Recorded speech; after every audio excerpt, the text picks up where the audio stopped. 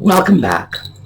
Well, as you can see, we're back over at the other side of the room, mostly because my naughty little cat, who has been ignoring me for the last, I don't know, maybe 10 days, because the weather has changed, has decided to come back and pay attention to me again, because now we've had a nice little warm period.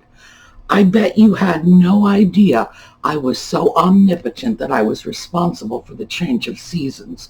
Well, gee, that's what Audie thinks. And when it starts getting cold, he usually blames me. And now it's warm again, so he's my buddy once more. I don't know what to tell you. He's a cat. So, today we're going to take a look at Bedford Antiques again.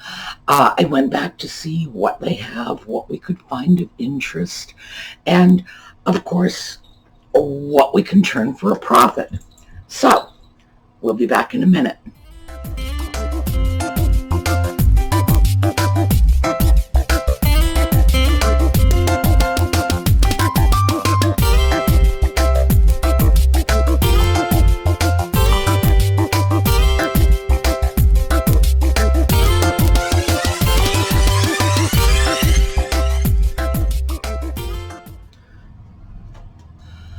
Well, today I decided that we would start off on the second floor. Usually I go through the first floor and then go upstairs, but I decided to just change it up and see what interesting things we could find. And the first thing I noticed of interest was a very pretty Chinese lamp, a nice piece. I did not buy it. It's a good price. I don't mean to suggest that this was in any way not a great bargain. It's just that it's a large piece, and I usually try to keep less expensive items in my Etsy shop simply because I think for most people, especially if you're buying for gifts, the idea of keeping it under $20 or $30 is really important these days. Times are just not financially secure. But I wanted you to see this lamp because it's a really good example of a special firing technique that the Chinese use in order to gain a crazed surface. That's that little crackling where the glaze has broken. Well, the Chinese value this greatly. Crazing is like a really big thing to them, and it gives a piece, an appearance of antiquity, and I think that's what they find appealing about it. And so over the years, they've developed techniques to get a piece to start crazing as soon as they take it out of the kiln. So this is a really good example of a piece like that. And I got some good close-up shots of it so that you can see what this type of crazing looks like. Well, I found a pretty lamp here. It's only $19, but I want you to see something. See if I can hold this camera still. This is what intentional crackle looks like. I've mentioned before that the Chinese regard crackle on glaze as it's this crazing, these little lines. This is valuable to them. This is something they consider desirable. And this is intentional crazing. They will fire the piece so that the glaze will craze. And the way you tell is look at how small those lines are. It's small and consistently small. In genuine crazing, you'll find some areas that are not quite so crazed, larger spots that don't have the crazing lines going through them. So when they're like this, it's intentional crazing. Thought you might like to take a look at that.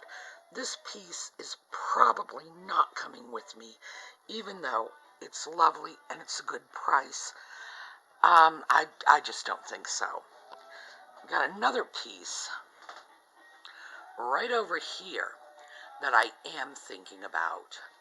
Now this is huge. Let me put my hand in there so you can gauge the size.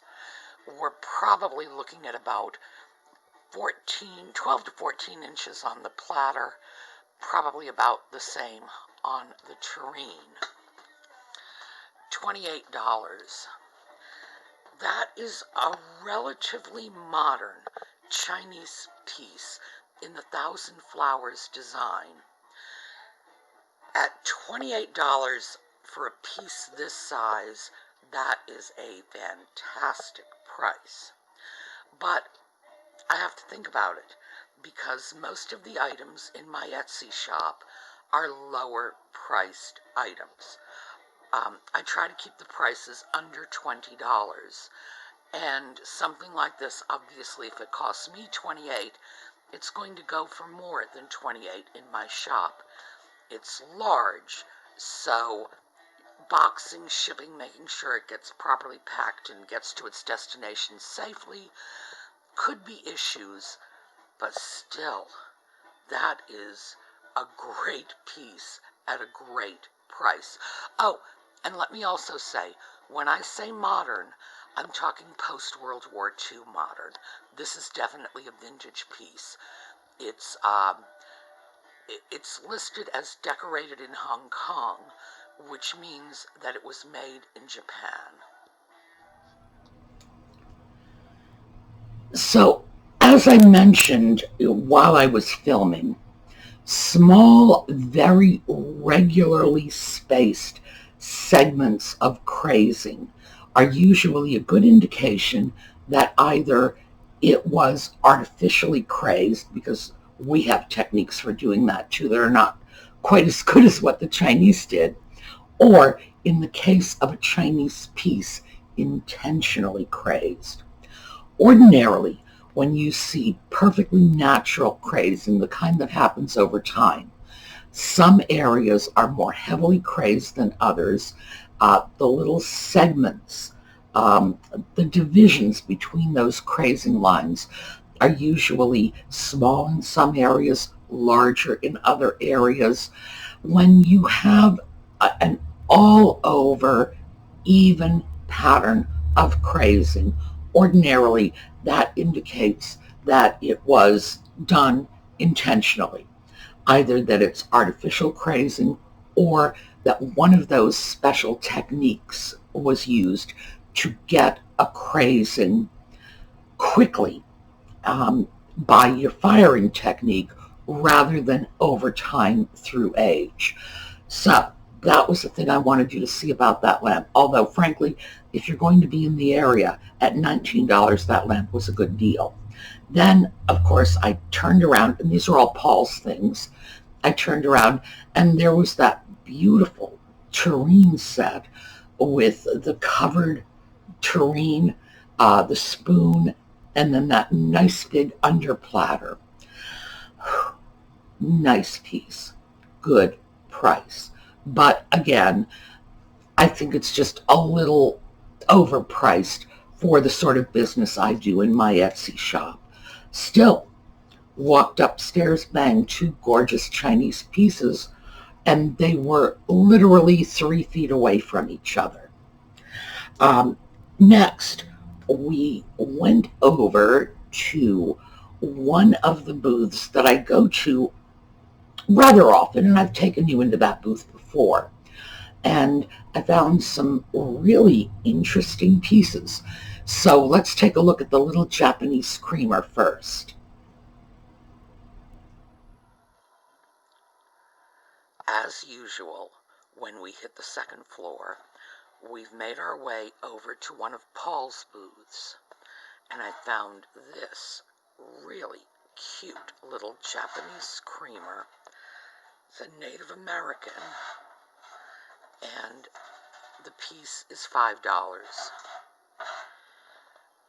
Definitely coming home with me. Well, I'm calling that a creamer because it's about creamer size, but it was not part of a set. In other words, this is not a sugar and creamer set. This is not part of a dinner service or a tea set. It's just a small pitcher. And small pitchers were very popular in days past when people would often put out cream for purposes other than adding it to your coffee. They'd pour cream over berries or on shortcake or whatever. They liked their cream. Also, pitchers like this were used for honey, syrup, that sort of thing. And as I understand, especially in the South, that syrup was really a big deal. As a New Englander, of course, you say syrup to me, I think maple syrup, but Southerners have all kinds of sugary syrups. And that does take me back to Kill a Mockingbird when Scout is laughing at the little Cunningham boy for drowning his dinner in syrup and gets into trouble for it. But yes, in the South, syrup was a big thing. So these little pitchers were often available independently because people use them for all kinds of purposes. This is great. I really like the Native American pieces produced by the Japanese. And when I say Native American pieces, it was usually depictions of Native American faces, heads, sometimes Native American scenes painted on pieces that the Japanese produced. I think they're great. So that was a cute little piece, absolutely came home with me. And then I found yet another picture, and this one is American Country. So let's take a look at that. Well, this is also from one of Paul's booths. It's a little American Country style picture. White on, or blue on white, or gray actually, $5. And I've had very good luck with little pictures like this.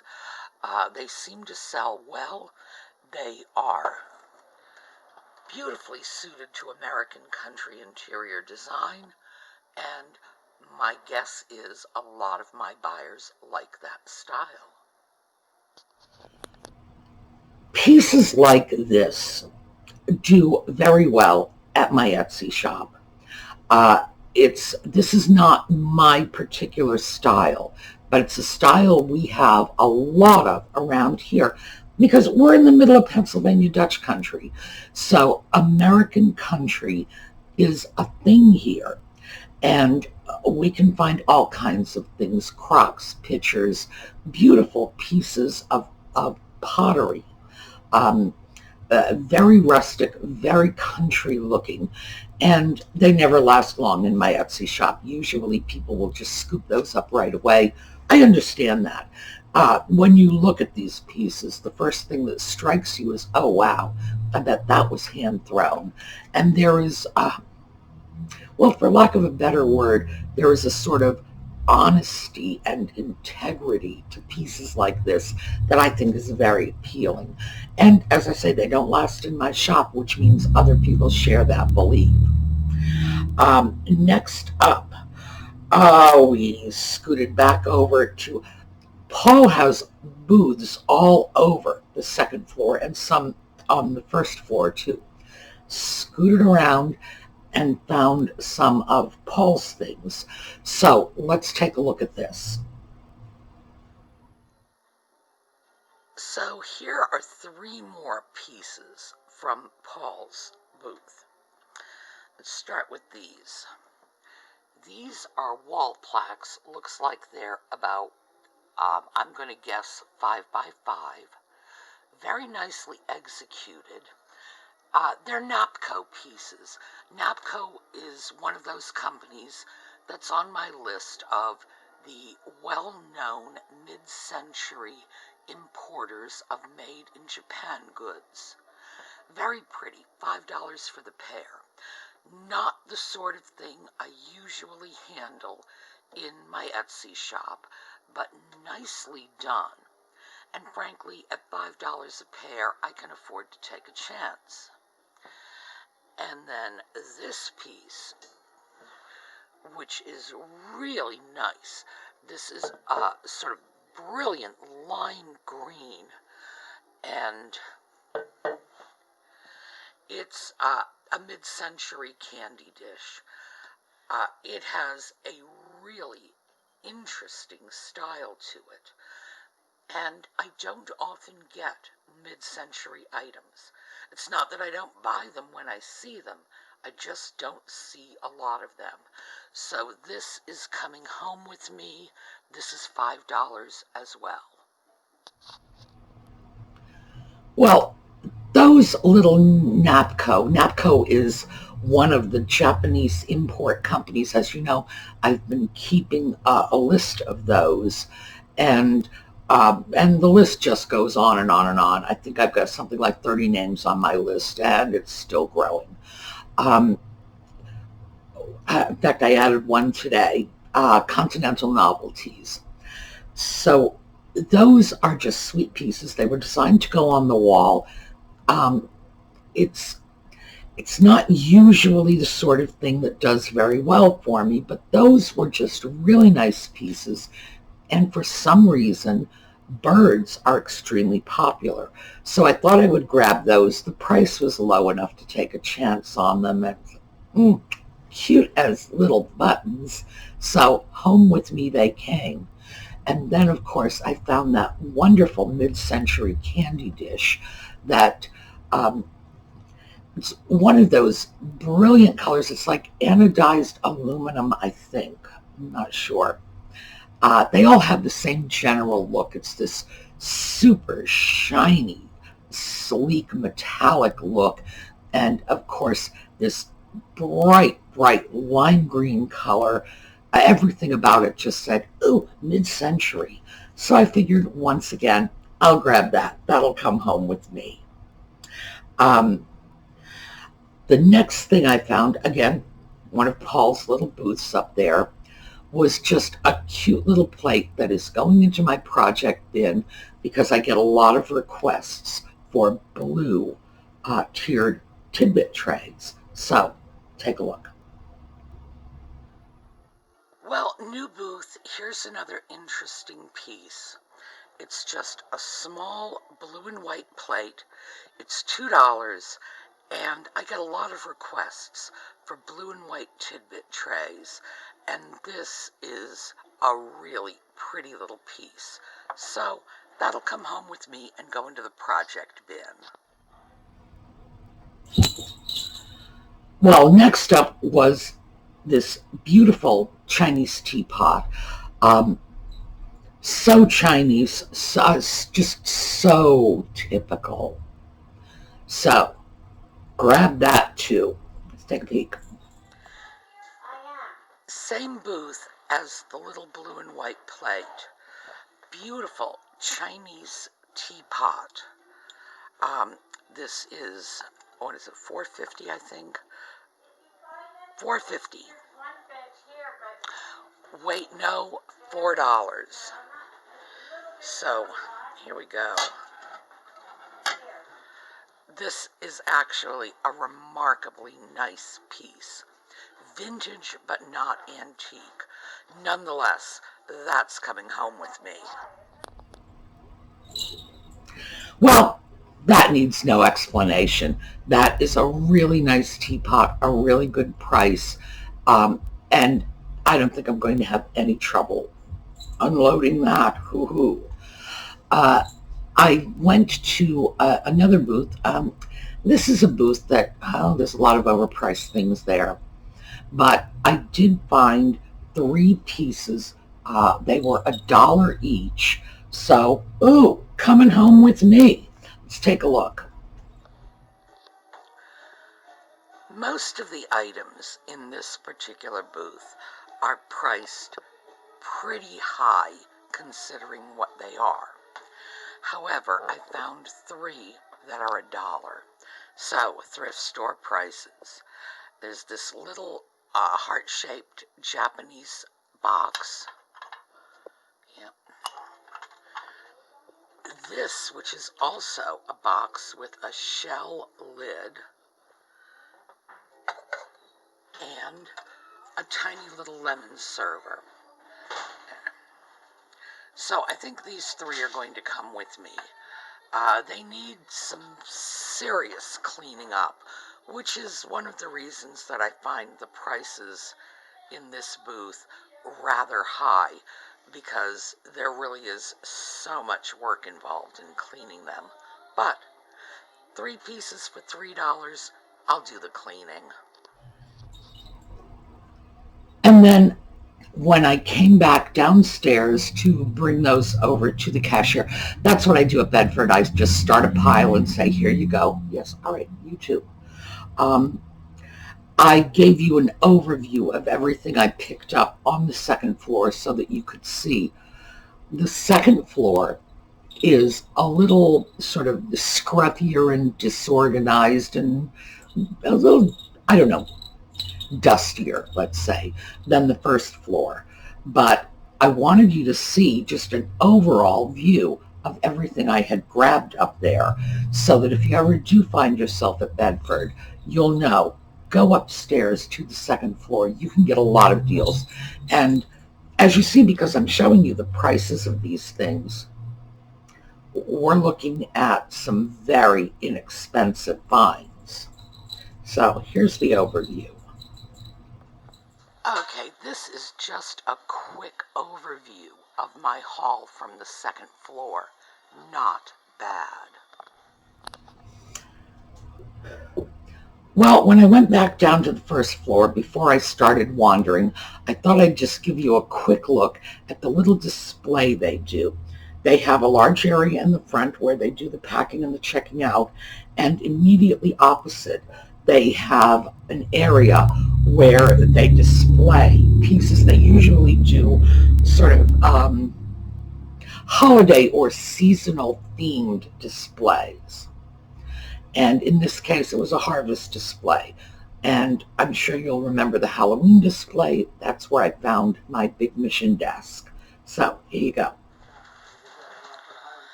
I don't think I have ever stopped to show you folks any of the displays they put together at the front of the store.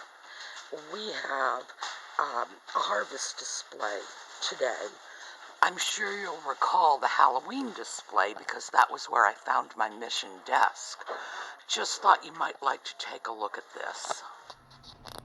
So I wandered around the first floor, and I was fairly certain after everything I'd found on the second I wasn't going to make out very well on the first floor. Oh, wrong. One of the booths that I go to many times had a really, really pretty antique Nippon vegetable dish. It's an oval bowl, really. And I know in the filming I had said that it was vintage, and no, antique. This piece is over 100 years old, just sitting there waiting for me. Here we go. Well, remember this little shop? It's tucked off in the back corner, and we found some beautiful Asian pieces here, including that Famille Rose brush pot.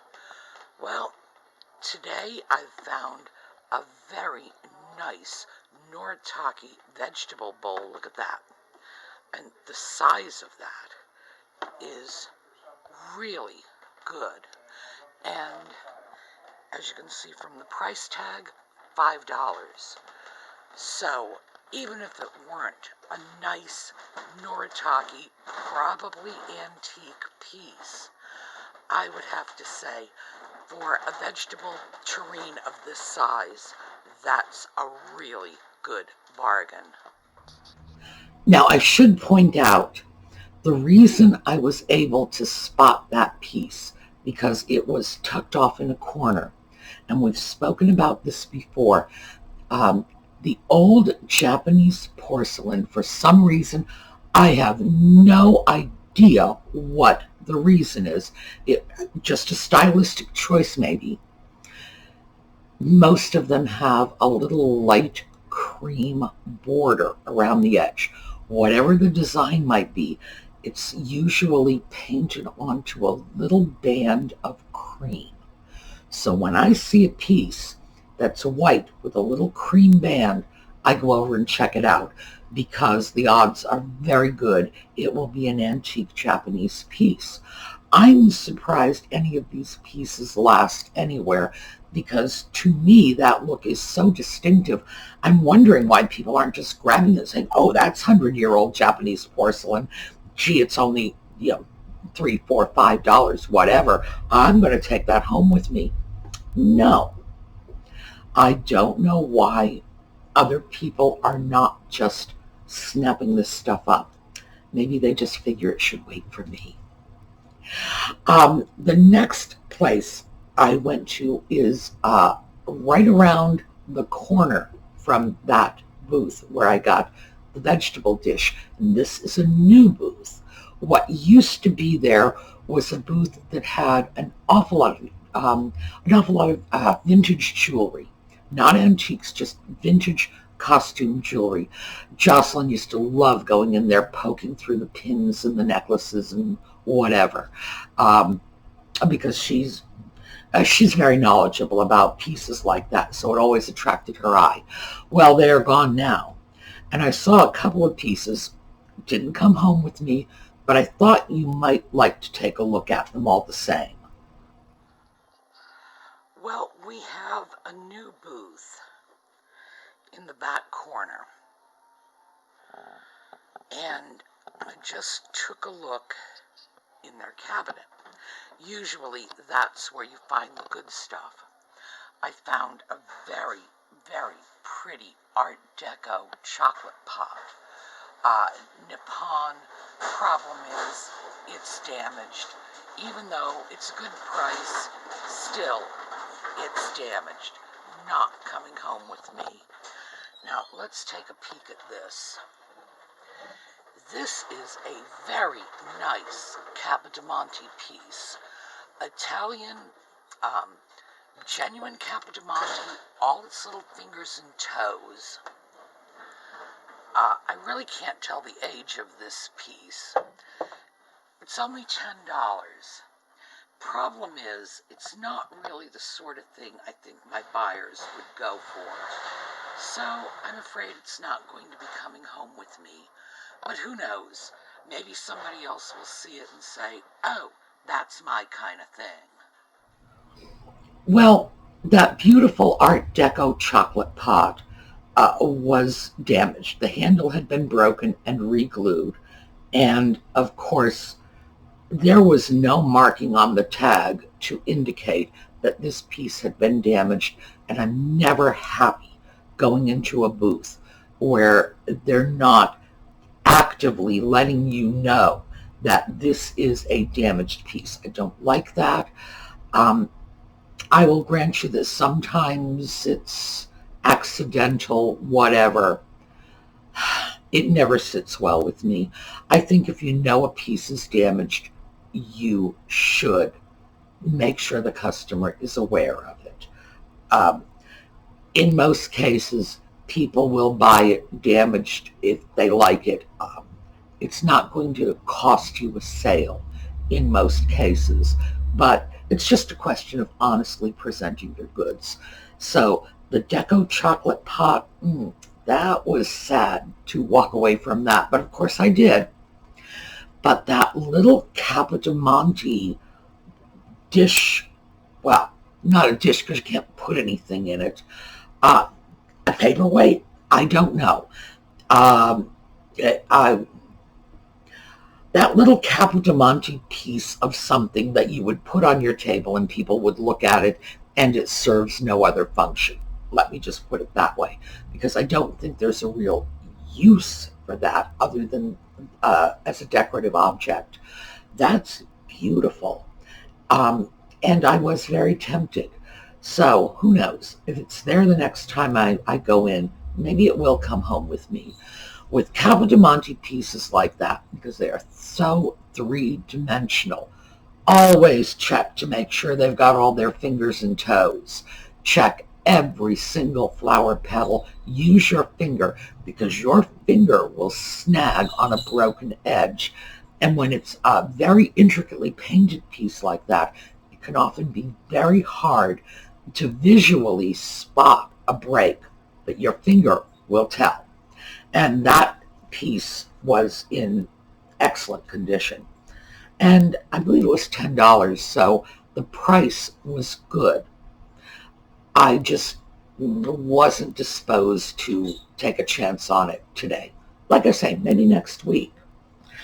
And the last place that I'm dealing with in this video, not the last place I went to, because this is like part one.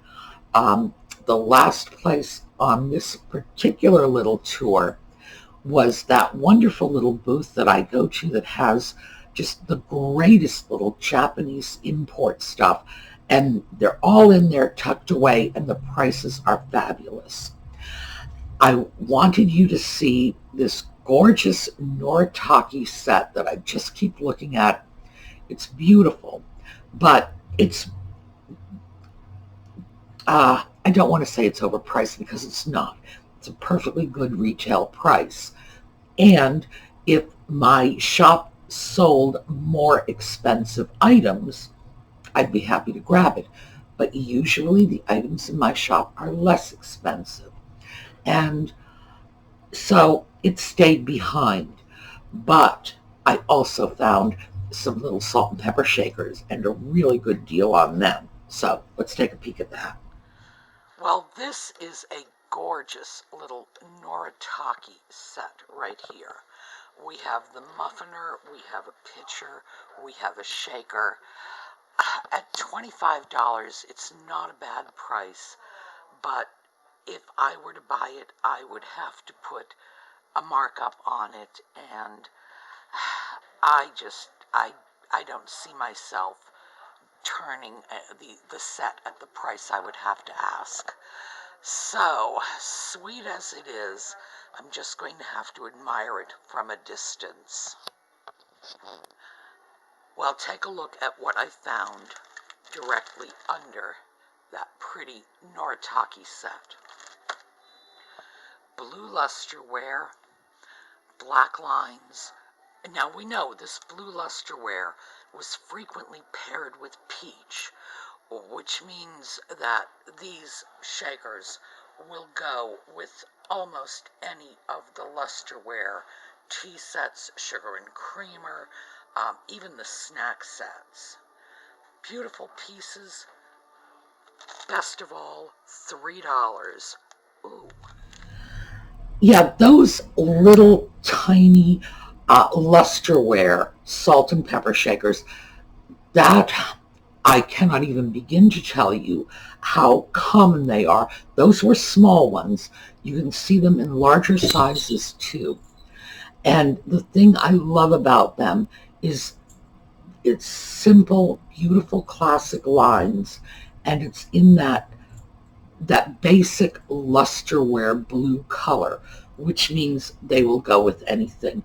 If you have lusterware, china, a tea service, even little snack cups or plates, these salt and pepper shakers are just going to blend right in. And the price was fabulous. I've got cat hair all over me now. And Audie has given up. I wasn't giving him enough attention. He's going elsewhere looking for it. All right. So as you can see from the sort of drop in the lighting while I've been making this video, it's getting darker earlier, and so time for me to go. I'm going to finish up this Bedford trip because, among other things, I grabbed a really interesting piece of jewelry. This weekend, they're having an antique and vintage jewelry exhibition, and I was there while they were laying things out, and I happened to ask the dealer who was putting out her wares. Okay, he's back. You must have noticed the jiggling of the camera. That's what he does when he wants my attention. Anyway, I asked the vendor who was laying out the jewelry if I could take a look at a piece, and not only did she let me take a look at it, but she was asking, I believe, $115 for the piece, and just looked at me and said, "You can have it for 50." I was like, "Whoa, sold." So I'll be showing you that next time too. All right, have a wonderful day, and I will see you all tomorrow.